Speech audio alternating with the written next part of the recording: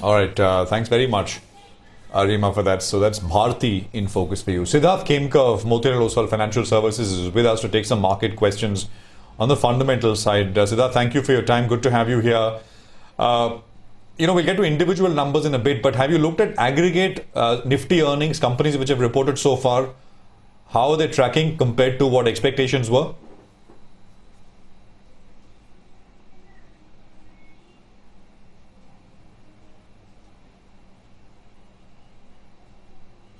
Siddharth, can you hear me? I can hear you now. Hi, Prashant here. I was just asking whether you've taken a look at aggregate Yes. earnings by Nifty companies so far, and what is your assessment? I mean, either on a year-on-year basis, what's the actual growth, but more importantly, against expectations, consensus expectations, what the performance of what has been reported so far is. Yeah. Very good afternoon, Prashant. It's always pleasure to be on the show. So yes, we did have a look at the numbers recently. So about 27 companies reported among the Nifty reported results up till 10th of May. And more or less, if you look at the Q4 earnings have maintained the earnings momentum that we saw in Q3. And of the 27 Nifty companies that have reported results, mostly the results are in line. So on a Y-on-Y basis, net profit has grown by 50% compared to our expectation of a growth of 49%. So if you see, that has been the overall trend. And some of the key drivers for the Q4 performance has been metals.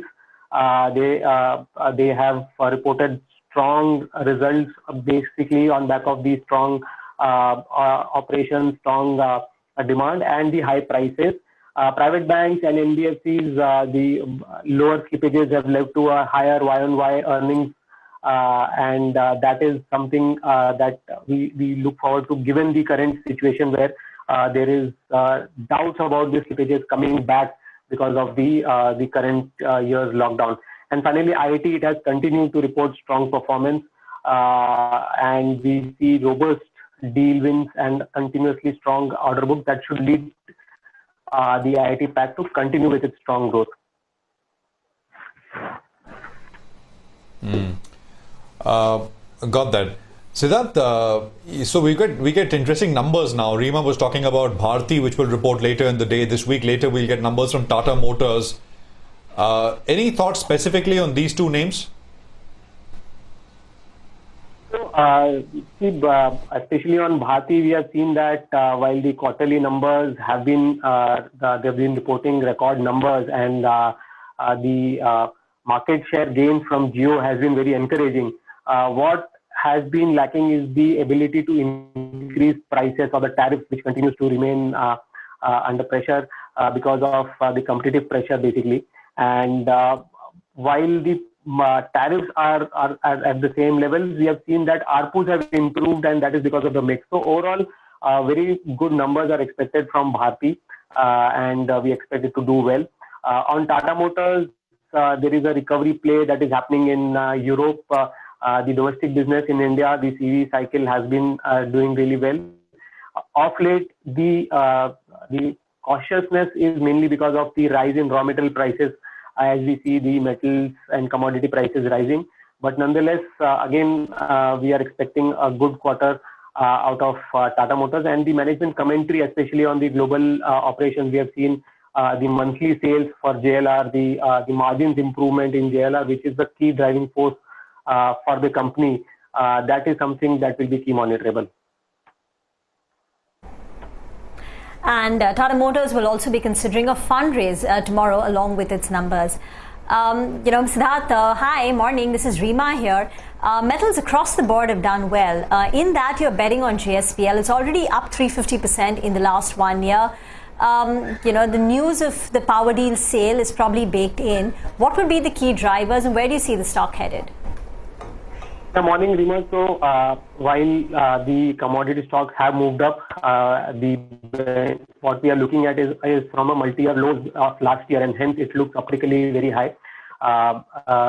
We have seen commodity sector doing very well. If we pick these the right cycle, pick the stocks at the right cycle. And we believe that the overall commodity, at least on the metal side, the cycle would continue for the next 1 or 2 years on back of strong demand, the unlocked trade that is happening globally, and prices sustaining at higher levels. If you look at specifically Jindal Steel and Power, the company has been reporting very strong numbers, record EBITDA and PAT. But there is a transformation or structural change that is happening from a steel and power company. The company is transforming into a pure steel player. They are selling off the power business, which will improve the management focus on the steel business and as well as balance sheet.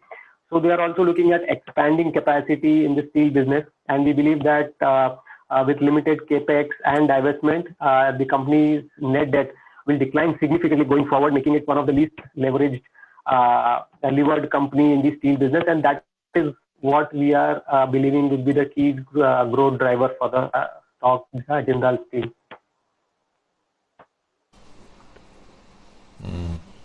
No, got that.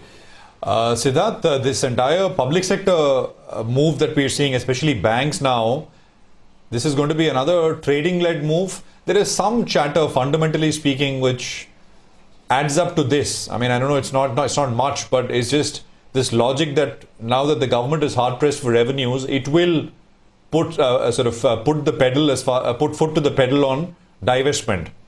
I mean, sale of government companies.